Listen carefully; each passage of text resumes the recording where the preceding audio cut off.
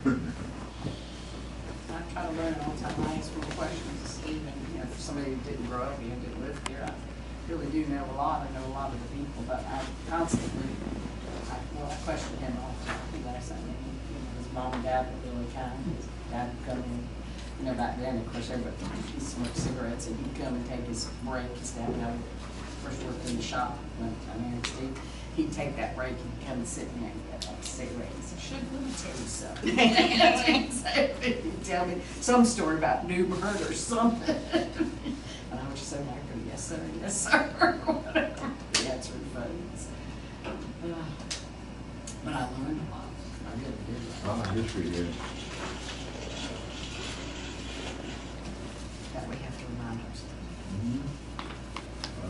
We just can't.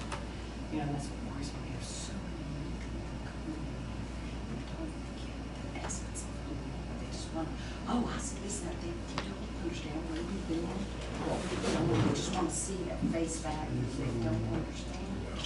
We're losing it. It seems like then you said that book that story. We haven't archived it properly. We're just like looking at that part right there. We're not going through that book. They were, like I said, scrapping it, and she had a bunch of papers that weren't, she never really finished it. And then another box of, there must have been 100 newspapers that she cut out clippings, and it's a matter of, I need to go in and organize and look at the book. And she was so organized. I could not, it blew me away. I could not make it. When I saw Charles Taylor, whoa, That's awesome. yeah, It really is. it was their And have it displayed at the next ribbon cutting. Well, I'm thinking about, first I said, I'm going to carry this to City Hall, move it to City Hall. And I thought about it, I told Steve last night, I think I'm going to talk to the Historical Society. Yeah. And see if I can't, like, yes, I want to look at it, enjoy it, but I really think for the future, I'm afraid my children will throw it out or something and not maybe Not value what but, understand. and I think we need to encourage people to go to places like that and sit down and look through books. And if people have those kind of papers and stuff, what do you do? Really, it's a wonderful history. It could be taught in school. And that little library Yeah. on West Street, full of history. I know about your city and your community. Yep. Okay. Know about your community first. But that would be great to do something like in the history class. Recording in progress. That group of African American, what's it called, heritage and cultural. It's 4:30. Call the Board of Commissioners meeting to order. And we have a roll call. Commissioner Bingle, here. Commissioner Blackman. Commissioner Copeland. Present.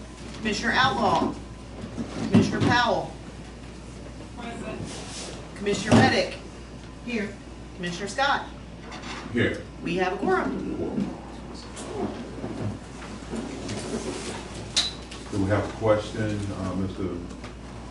Warner from, Yes, Ms. Card would like to make a public comment. Yes, good afternoon, Board. Thank you for allowing me to comment. The April 22nd meeting minutes, the meeting minutes that were approved, reflect that Chairman Scott was present during the discussion came up with the meeting minutes being approved from, was it the March meeting when Chairman Bengal ran the meeting? It said Chairman Scott was present, arrived after roll call. which is true. This is correct. During the meeting minute, the review of the meeting minutes, Commissioner Bengal, and I'm not sure if it was Commissioner Reddick or Powell, stated that neither of them saw him during the meeting. It was a Zoom meeting. I have a recording of the video, and there was no indication, not saying that Chairman Scott is not telling the truth, it's just he was not in the meeting room, did not appear to the public in the meeting. So, Right. so my question is, how could the chairman be present and did not run the meeting? Like, if the chairman was there, why didn't he run the meeting? I have a So question. You're I- questioning the April 22nd minutes, right? I'm pretty sure it was April 22nd. Yes. And we made those corrections, because we said following roll call, Vice Chair Sabrina Bangle determined that a quorum was present. We made a motion to adopt the minutes with the changes. Right, but you questioned, and somebody else, another Yes, commissioner we did, and he questioned. was on, and it was confirmed that he was on Zoom. And I had asked her to run the meeting because I knew that I was not going to physically here. I guess my question, I videotaped the entire meeting, and at no time did the box come up that Chairman Scott was there. And once again, I'm not Yeah. questioning you not telling the truth, Oh, but that's fine. it's noted that he was present during the meeting, and there's no indication that he was. If it is not selected to show non-video participants, it will not show on that box. I totally understand that. Because if he called in without having the video, you don't necessarily have him on the But the box will come up and it will say. No, it doesn't have to. It will have a phone. But the purpose of a public body is to conduct public business in public, not behind the scenes or, because Let me wait a minute. It's not been behind the scenes. In fact, I wasn't running the meeting, so I don't see why that is an issue since I wasn't running the meeting. No, my question is, if you were present, Right. why didn't you run the meeting? Because we had agreed a while back that who was going to meet, we wanted them to be physically here. I guess I was bringing that up because there's no indication that you were present on video or you weren't in the room because I was here. It was questioned, it was brought up by Commissioner Bengal, and I don't remember who else. I should have written it down. So there was a question about it, Okay. and I guess it's supposed to be accurate meeting minutes. And also Commissioner Susan Blackman arrived via video after the meeting ended. No, she was on before then, because I saw her on. In fact, she came on after I came on. Okay, what I'm saying is me physically sitting in this room from watching, and I have a video of the Okay. entire thing. It did not show that either of you were present. So I'm not questioning you saying that you're present. I'm not questioning that at all. Okay. I'm Got it. questioning the actual Got it. minutes to Gotcha. what happened. So, Gotcha. thank you, sir. Thank you. I appreciate it.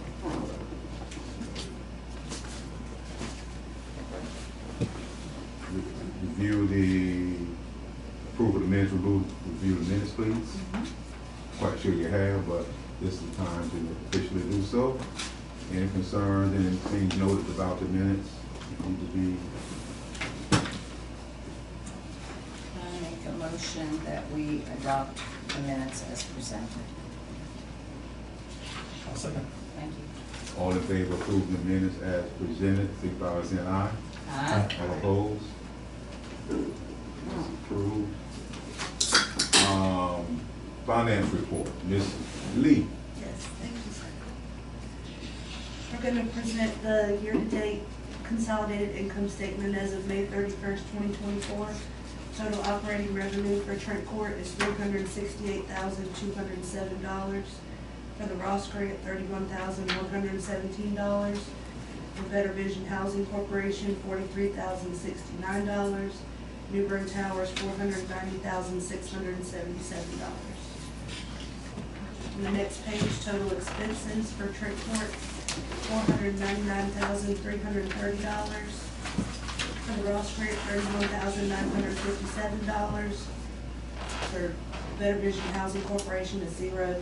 New Bern Towers, $433,281. Total profit for Trent Court is $1,342,183. For the Ross Grants, negative $840. Better Vision Housing Corporation, $43,069. And for New Bern Towers, $57,386. Any questions? Any questions or comments for Ms. Allen? No, Ms. just- Lee, I'm sorry. Yeah, and just. Allen. And just for the public record, these are year-to-date numbers, correct? Yes. All right, thank you. And that is marked on the top of it now, it says Okay, yes, I see that, thank You entertain the motion you. Make a motion that we adopt the finance report as stated. Second. to, all in favor of accepting the finance report as reported, signify by saying aye. Aye. All opposed?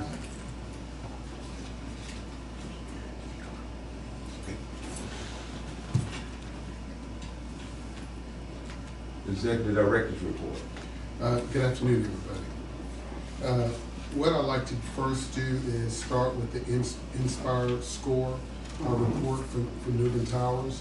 If you all recall, HUD has changed the process. It used to be the REACT score that you all used to and informally identified as, and now is still under REACT, but it's called Inspire. I hope it is inspiring, the score we received. But what we did, if you all recall, we had a pre-inspector come in. The inspector that was scheduled to do the inspection, we had talked with them about delaying that inspection to give us a chance to be able to make some repairs to the facility. He relinquished his ability to do the inspection as far as the formal inspection, to be able to come in and help us do the pre-inspection. He and another team member walked the properties with our staff, did a complete review of the entire building, unit by unit, to identify the problems that they had identified in the building.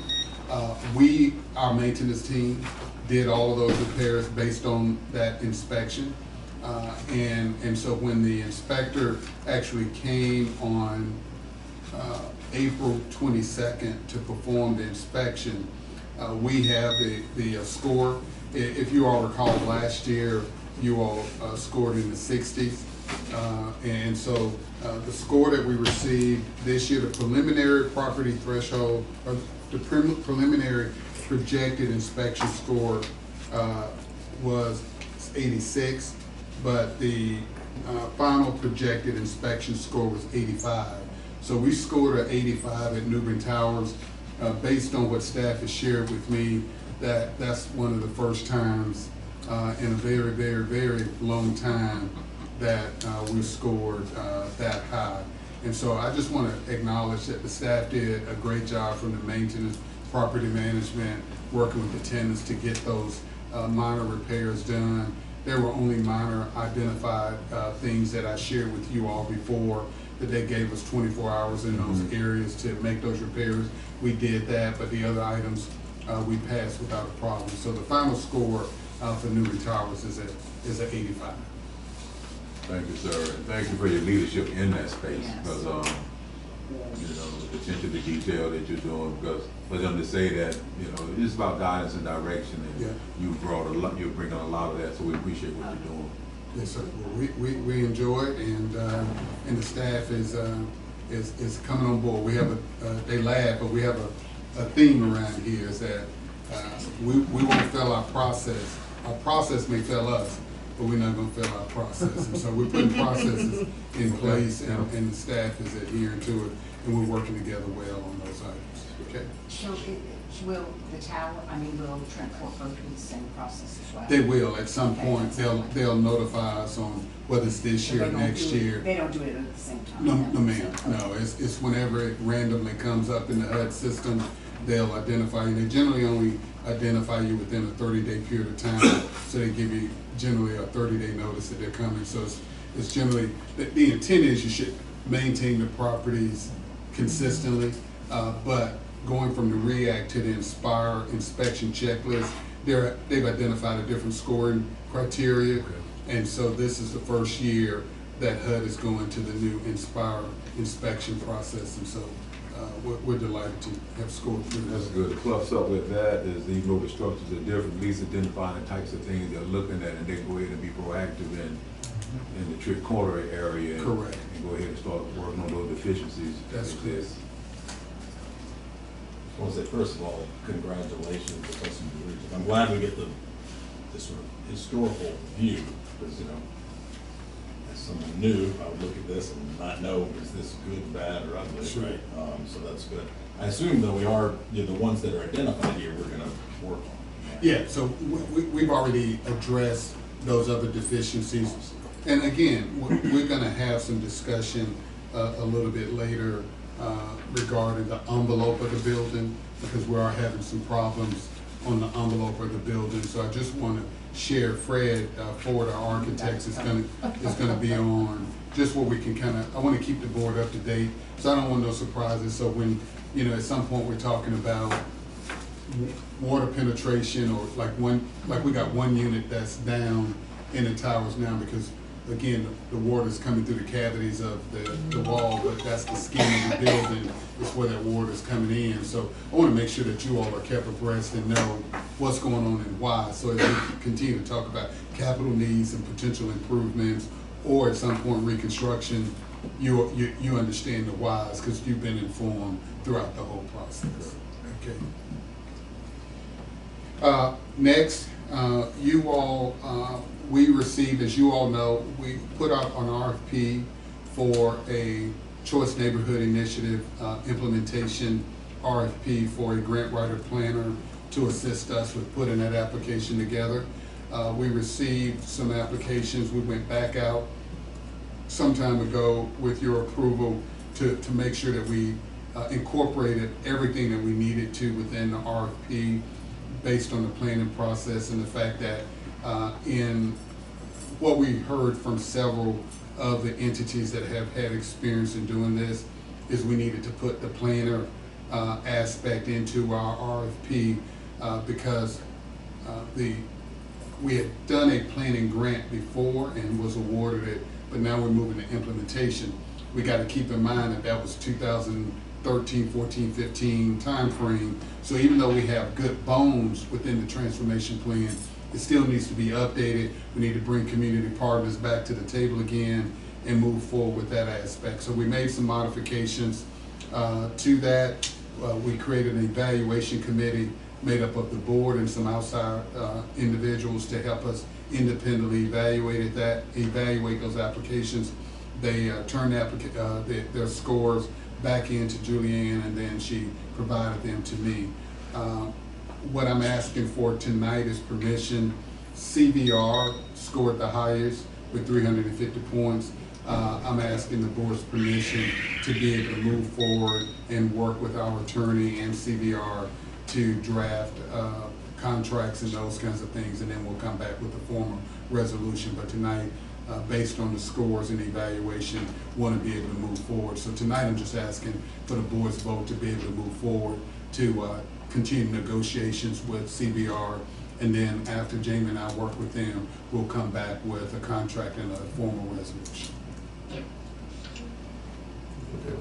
I'm okay with that. Thanks to our two commissioners that obviously spent a lot of time looking at these. There was no question, I really did my homework, and there was no question that this group here, you can see why they got the score they got.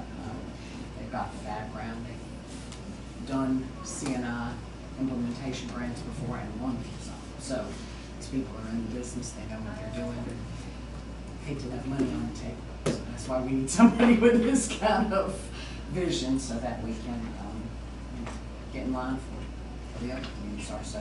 With that said, I'd like to make a motion that we recommend to the executive director to start the process to move forward, to go to contract with the CVR company. Yep. I second. All in favor of giving the ED permission to move forward in the process to finalize or go do the contract with the CVR? Yes, sir. All in favor, signify by saying aye. Aye. All opposed? Okay.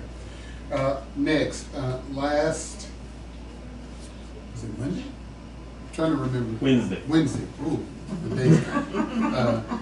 Maybe they made me feel like it was Monday. No, last Wednesday, I presented to the Redevelopment Commission our interest or continued interest in the three houses at Walt Bellamy with the Redevelopment Commission. We have gone through those houses, walked those houses with Zeb as they were being developed, expressed an interest during that period of time. Naturally, as you all know, with our redevelopment plan for Trent Court, one, we lost X number of units during the flood in 2018, and then additionally, in order to go to our next phase of redevelopment, we need to have housing that is available within the community to move families out of Trent Court into. And so naturally, the partnership between the Housing Authority and the City of New Bern and the Redevelopment Commission of the City of New Bern is a perfect fit for a collaborative effort for us to continue to work together. And so we have been doing that since those houses started under construction. And so we've been in discussion, want to come back to the board tonight again for permission to be able to work with our attorney, work with the city's attorney to be able to put forth and draft a purchase sales agreement based on the appraisals that you all have in front of you. They made some additional upgrades, minor upgrades to the units. And so what we have agreed to on a price point is $164,000 per unit. The appraisals that you see are based on, that were done back in January. The houses were not complete, but they were still based on the plans and specs from an as-built standpoint. And those appraisal was based on $162,000 a unit, but based on the amount of upgrades that they had done in talking to Zaya back and forth, we've tentatively agreed to put in a purchase sales agreement, $164,000 a unit. Mr. Chair, I'm asking for permission from the board tonight to be able to move forward with that purchase sales agreement. And once we can finalize that between our attorneys and the city's attorneys to come to those terms, we'll present that back to the Redevelopment Commission as we agreed to last Wednesday, and then I'll come back to the board for final ratification. I'm also having a call with First Citizens on Wednesday, tomorrow. Having a call with First Citizens tomorrow to talk about the financing aspect. If you all remember, we had discussion with Commissioner Bingle and I and the FEMA folks where FEMA has agreed that the purchase of these 3 houses would be eligible for the FEMA funds for reimbursement. So our intent is to use some of the FEMA money. Our intent would be able to utilize some of the FEMA money to reimburse the agency. So what we would talk to the bank about is an interest-only loan agreement, because within interest-only loan agreement for no longer than 36 months to then be able to use the FEMA money to pay that off. And so we're having that discussion with First Citizens tomorrow. Naturally, none of this is giving me permission to enter into any loan documents. It's not entering into any terms and conditions. Otherwise, we will bring back that PSA back to you all. You all will then vote on it and ratify it. All I'm asking for permission tonight is to move forward with our attorney and the city's attorney to draft that formal PSA and bring it back to both entities for final approval. It also has to go to the alderman for approval as well. The good thing, and Zeb is here, but he can indicate if I'm speaking out of turn, but it's also my understanding that because we are another quasi-governmental entity, that the Redevelopment Commission does not have to publicly bid the process of working with the Housing Authority. Am I correct? That's correct. The Housing Authority will not have to go through the upset bid. We can do an outright sale because we're a public service entity. Okay. So the city has worked through those things, and again, I'm just asking for your permission to continue to negotiate those terms and conditions with the Redevelopment Commission. Couple of comments on this too, because I think it's just so important. This has been the vision for a long time in our partnering with the redevelopment commission is that, you know, they're gonna be the acquirers of land and do things like this, and I believe this is the first step moving forward, that now these funds will go back into the redevelopment commission, who therefore can build additional housing, which really helps us.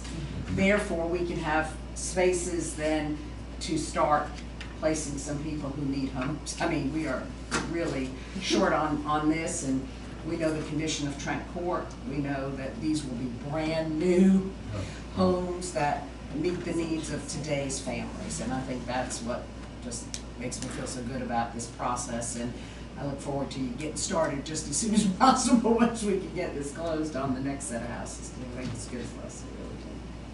Thank you.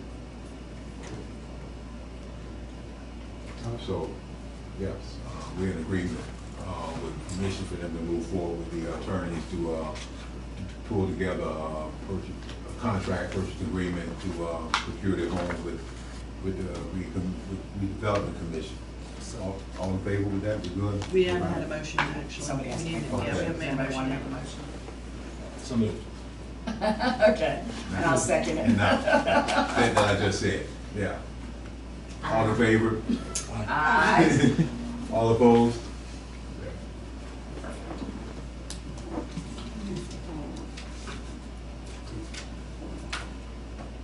Our architect is trying to log in, but for some reason it's not. And then Commissioner.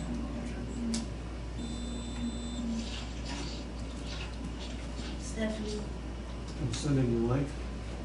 Just read it out.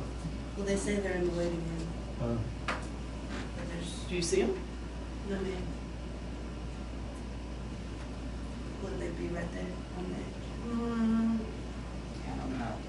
No. You have to do permission.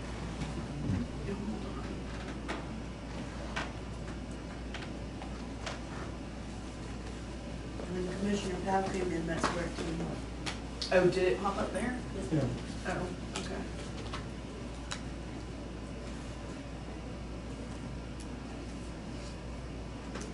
What's the bottom say? Does that say invite at the bottom? What does that say? It does say invite. And start sending them to them again. I can't see that. I can't either.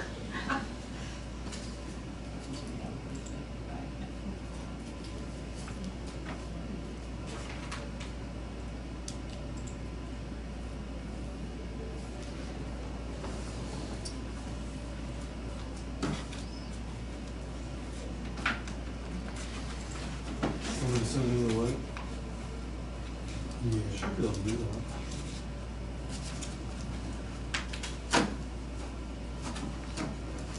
Super, can you call and phone? Yeah, okay. Just get them on the line. Yeah, he said he called in, and he says the meeting is not starting too. That's what Fred said. Which one?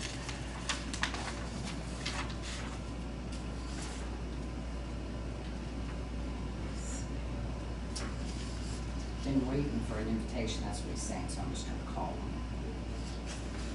Did Fred call is he just trying to call in? He said he tried to call first and is saying, Okay, I'm just gonna put you on the line, because for some reason it's not letting you in, okay? So I'm just gonna put you on speakerphone. Does he need to identify himself? Yes. Okay, I'm here, Dana. Well, Thank you, Dana. You send me Fred. yeah.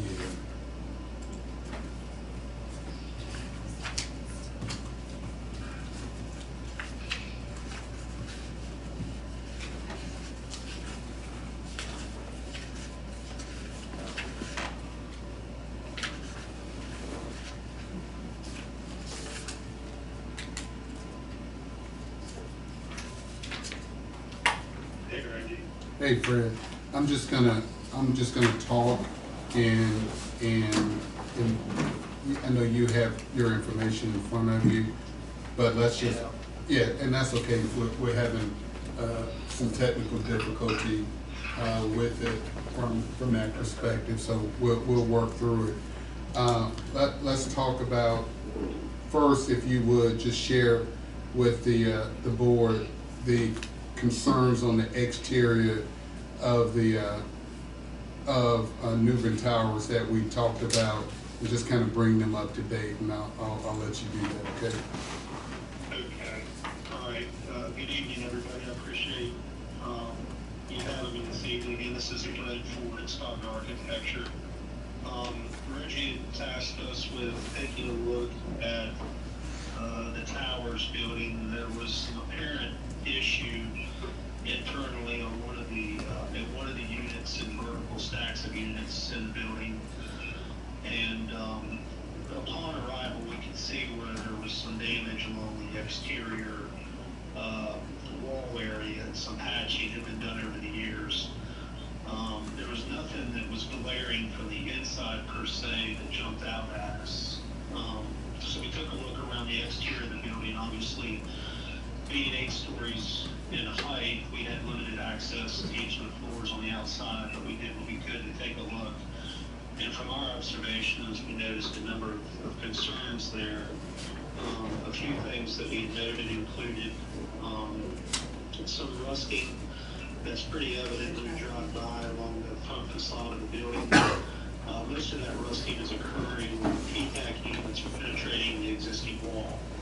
And what we typically see there is that the pans in the bottom of the PTAC units are rusted and potentially allowing condensation to pass through the pans and directly to the outside of the building and possibly into the interior envelope of the building. And that could be a contributing factor to some of the damage that we're seeing on the inside units along that outside wall. A few other things that we had noted were the conditions of the windows, the glazing bulbs around the windows on a number of occasions and units that we were able to see is deteriorated to the point that you could potentially getting humidity and moisture in through the glass areas where it's actually installed in the frame. Some of the caulking, notably quite a bit of the caulking around the window units themselves has deteriorated over time, and you can see where that sealant is pulling away either from the frame itself or from the cast panels which make up the exterior envelope of the building, which would allow water intrusion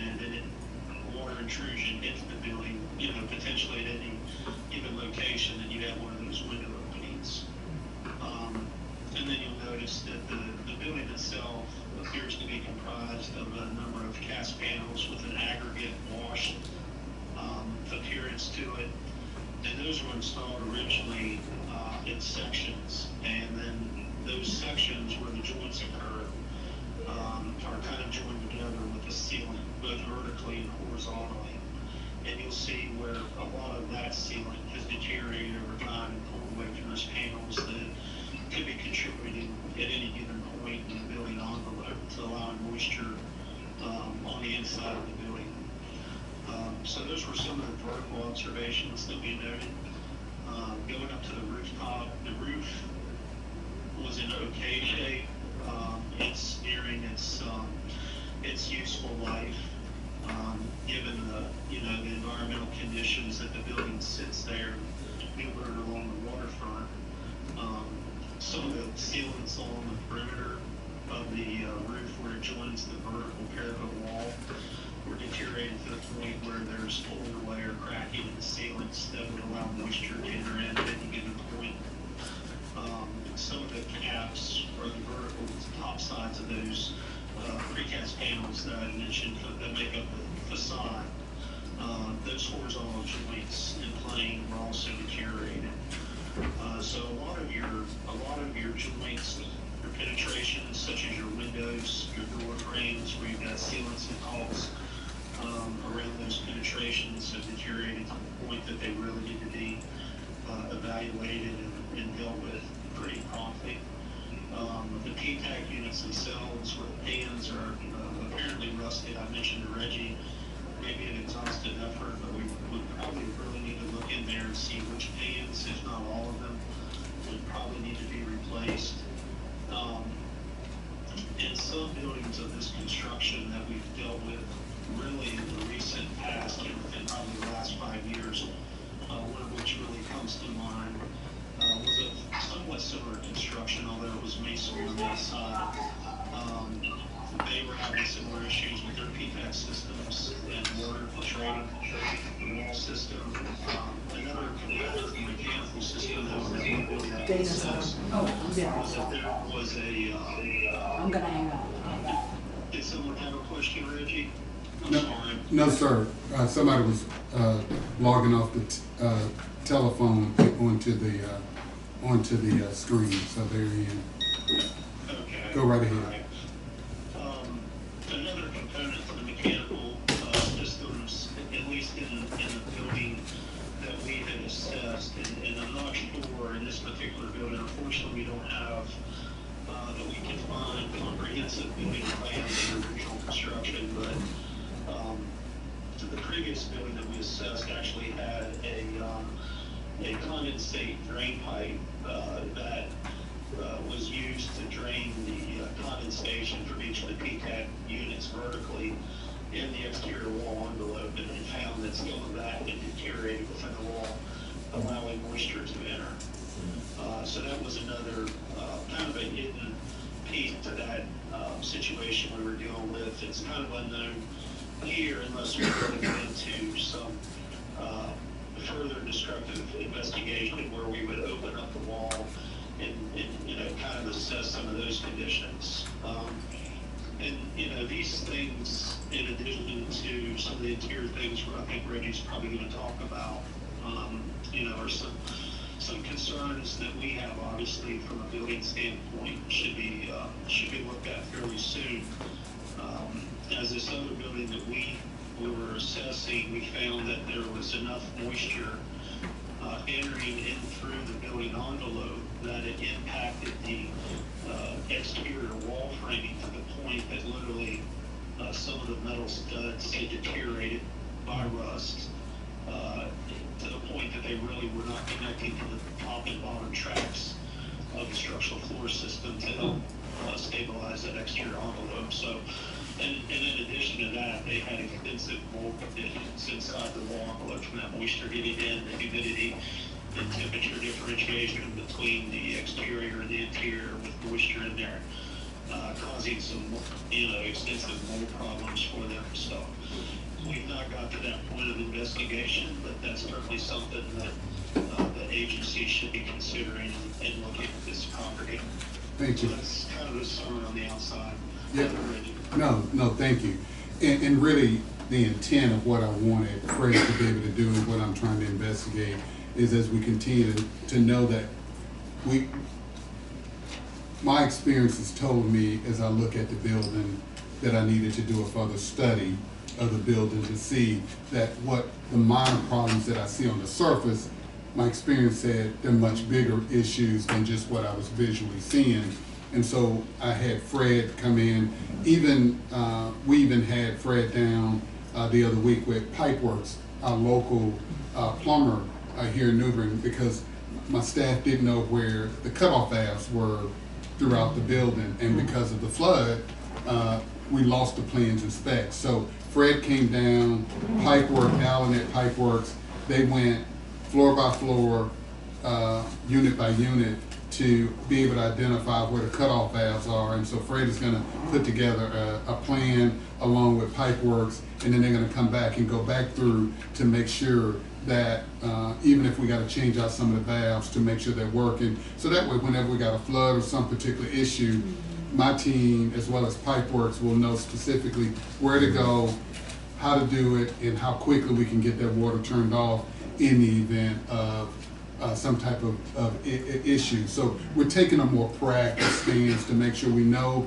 the conditions of the building as well as where the cutoff valves are, et cetera, so we can manage it in the best way we possibly can. So today is just today is just give y'all information. I want to keep the board informed step by step as we go through this process. We're going to do a lot more work, and I'll bring that information back to you from and at some point in the future, we'll probably apply to HUD for some special funding to be able to do these type of repairs, but this is the beginning. We can, yeah, they have emergency funds and they have other funding that are available, but then also we'll look at, you know, whether it's again, it may be a 9% tax credit application that we completely refurbish the towers completely and do that. But once again, you can't do that when you got people living in those units. So then we gotta have more units again to be able to move people to, while on top of working with Trent Court. So we have some tasks before us, but I wanna keep you all aware, because I didn't want a year from now or 2 years from now, somebody come and tell you, and they're like, well, we had Reggie here, and he never brought these things up to us. So I'm just trying to make sure that you all are aware of the conditions of our assets as we go along, and so you can make informed decisions. But that was the intent, okay? So again, it's just for information. The next thing is you all authorized us to begin, as you all know, we're doing exploratory investigation of properties and assets within the community that we can utilize potentially for the redevelopment of units that were lost at Trent Court. And so based on the transformation plan, we're looking at everything that's available within the 5 Points area. The El Pardanis property, the school, is one of those assets that we're looking at. The school district, as you all know, are not doing anything with that particular property.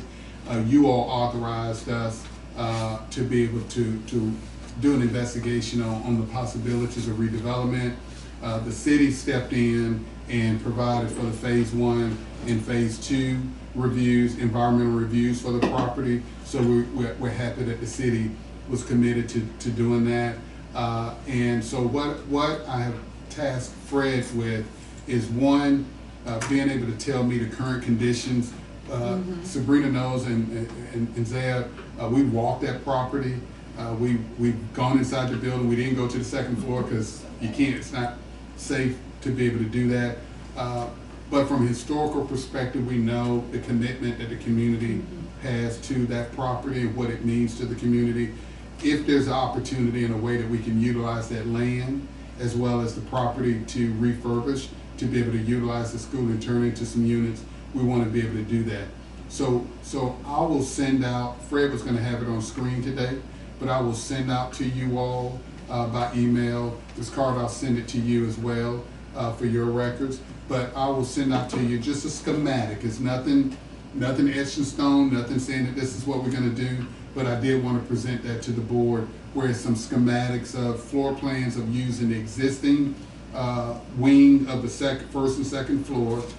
Fred, based on the 2 and 3 bedroom, or 3 bedroom, 4 bedroom, what was that for the existing rooms?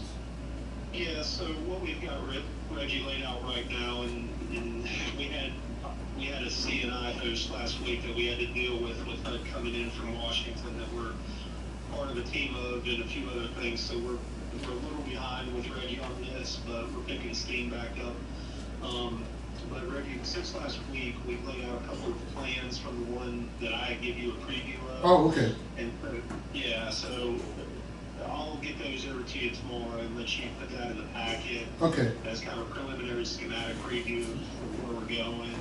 And but we've been able to lay out 10 2-bedroom units and 6 3-bedroom units, which include, type A, type B units for accessibility. And then on the site, I shared with Reggie that I felt to be sensitive to the context of the property, with a lot of older 1940s, 50s about townhouse conglomeration of development around the site. We were looking at trying to nestle in 12 additional townhouse units, which would kind of address the streetscape along West Street there, and then try to get the parking located behind the townhouses and maybe in front of the West Street elevation of the existing school building, so that you would have parking interior to the site development, where you really see those townhouses out along West Street, and then interior to the property, you would gain access into the front entry of the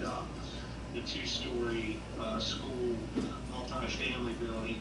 And then off to the right, we'd like to try to reutilize the existing cafeteria multi-purpose space for community building, which will basically serve a program for the tax credit possible application there. So we have a couple office spaces, maybe a computer room, a meeting space and whatnot to serve that parcel of development. So as you can see, well, and I'll send that to you, so potentially we could do some townhomes, put some two-bedroom, three-bedroom units inside the old school park and get about 28 units and then in a community room space with some offices as well, and that could refurbish and really make that corridor extremely attractive and keep that old building. So we're working towards that, and Useful life to it.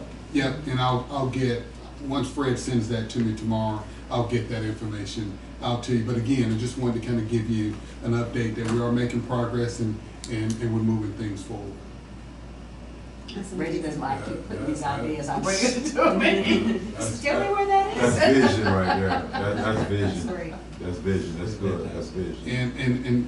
And as Sabrina said, the school district, when we had those walkthroughs, I actually got an email today from Stacy Lee asking for an update, but I didn't want to give him an update until I gave the board an update this afternoon. So once I get that from Fred, I'll get that information out to you all, and then we can go from there. Because the more we can lay this design out, then that way conceptually we can take something back to the school district to say, hey, from a building standpoint, the value is in the land, Not not in the buildings. And then from that standpoint, we need to try to create, similar to what we're doing with the city and the redevelopment commission, of how can we create a more working relationship with the school district to be able to utilize that property to bring something back that will benefit the community as a whole. like this, you know, one of the things I suggested was maybe we could work something with the school that, you know, a unit or so they could use as incentive for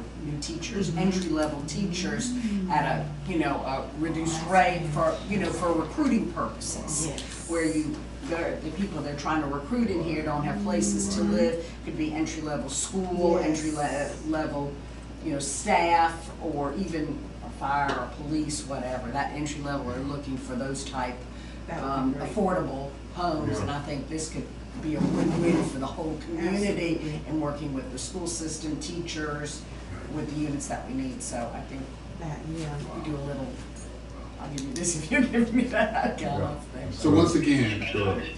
I can tell you from a choice neighborhood implementation standpoint, you know, those concepts of affordable housing and having those partnerships with your city folks, with your county government, with the school system, are all going to be key parts to having a successful application for the implementation side of this thing. And being able to provide affordable housing to your young professionals and individuals who's, you know, possibly wanting to move into home ownership and doing long-term, you know, investment in their ownership and that kind of thing is all going to be very important as you guys start to look at the CNI parts of this thing. So again, Mr. Chairman, we wanted to bring you an update and provide that information as again, just as information to give you some degree of update. But I'll get that to you, the schematics, and as we continue to go forward with our investigation on the opportunities and possibilities, I'll come back at a later date with an update. Appreciate that. That's awesome. Thank you, Fred. Yeah, thank you, Fred, for that. That was. Is that all, Richard? Yes, sir. That's it. I'm good. Okay. Thank you. Have a good evening. You too. Thanks. Okay. Bye-bye. That's vision, man. That's vision. Well, that's all I have under my report tonight, and I appreciate the opportunity to present to you.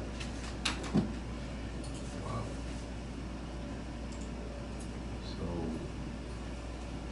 The other reports are for information, you know, for you all to review. Gotten them in line, do I need to go back and count? No, ma'am, we have gotten them in line, and we have focused on that. Julie, I don't have it in mind. You don't have. you don't to have, tell us. it didn't It didn't print. I got it on, it didn't print. Okay, we'll, it should be in your, It's in your on, packet. it's on the, on email. It's in Yeah, there. yeah, It's so, in print. but yeah, those numbers are good. But 7, 8, and 9 is for information purposes, unless y'all had any specific questions. What do we got with the police report? Because I haven't seen one in a while. Pam is still working with, Would you like me to call the chief?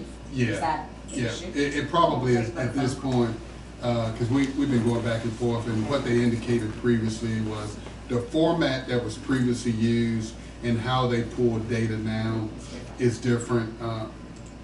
I forget the lady, she has two last names. Yeah, Morrison Brown. Morrison Brown. Yeah. So I talked to her, and then she had me on with their IT person that handles that kind of stuff.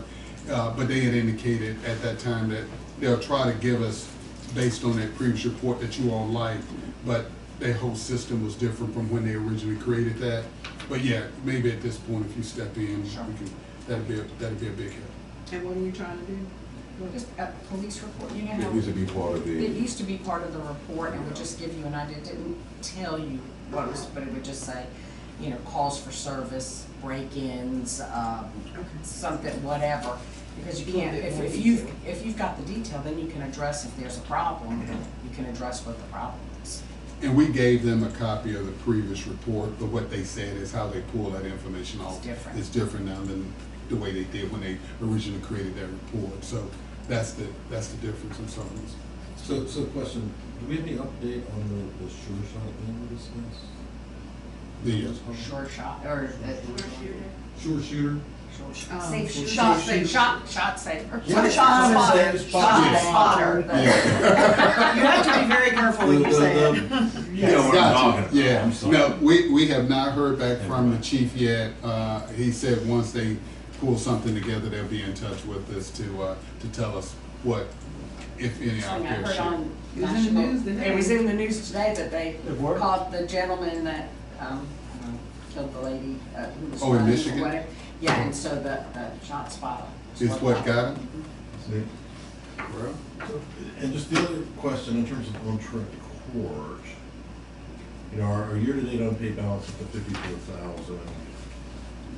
I saw that we had, it says 27 pending terminations for non-payment, 1 for criminal.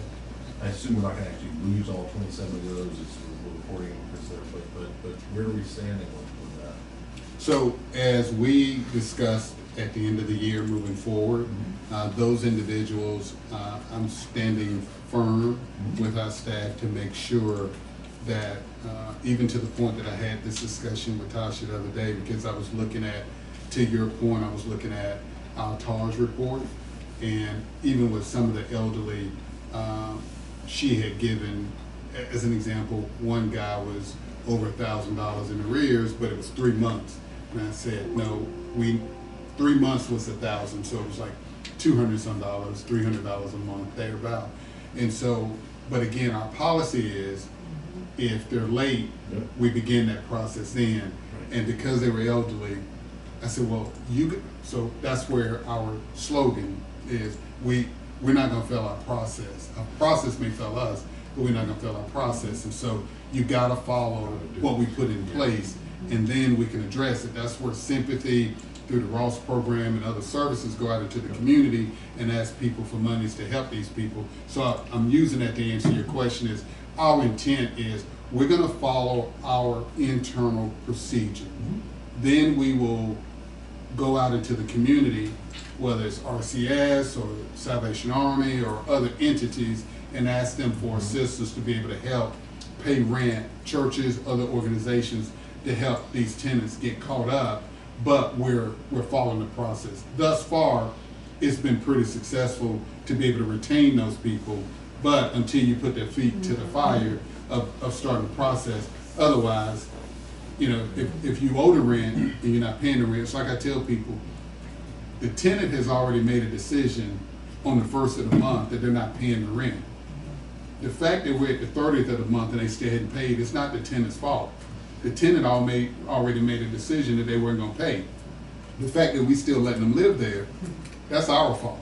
And so we gotta put the eviction process in place and then let them come to the table.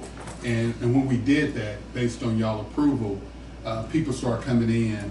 And so what I did is concessions with some of those tenants, I said, you know, lady came in with $1,500, and I said, well, she's ready to pay it. And I said, well, I'll tell you what we're gonna do for you. You know, on some of the late fees, we'll reduce some of the late fees if you make your rent current. But I need you to understand, going forward, if I give you that break, then why don't you go ahead and pay next month's rent right now, and that puts you ahead. And so it's those kinds of things that we're doing. But they're coming in one by one, sitting down with us, having those discussions. But until we implement what our policy is, or follow our policy, then we never get there. And that's been the problem here. It's not that anybody intentionally did anything wrong. It was just out of the goodness of their heart, they were trying to give people a chance to come in and make payment. And just the more we did that, the longer they took to pay or not pay. So that's kind of why our TARs are where they are. But Well, the TARs look way better. Yeah. From Yeah. 92 up to 99. Yeah. Right? Yeah, because we're enforcing our policy. Yeah.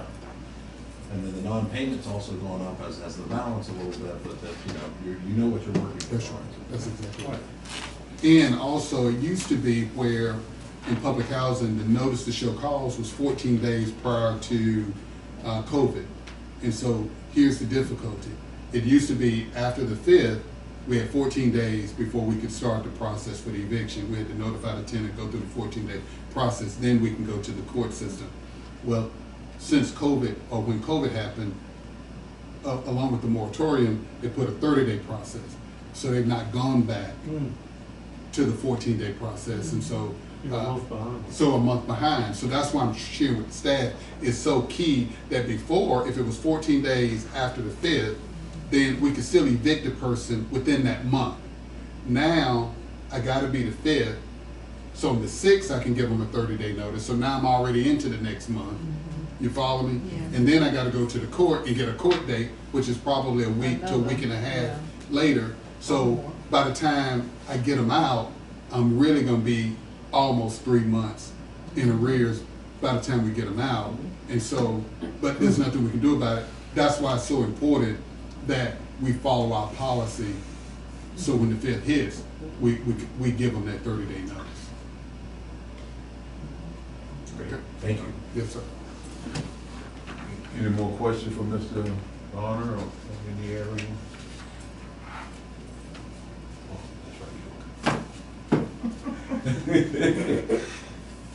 I'll take a motion to, Okay, no resolution. No resolution, no need for closed session, none of that. I make the motion that we adjourn. Second. all in favor of adjourning, signify by saying aye. Aye. All opposed? Meeting adjourned.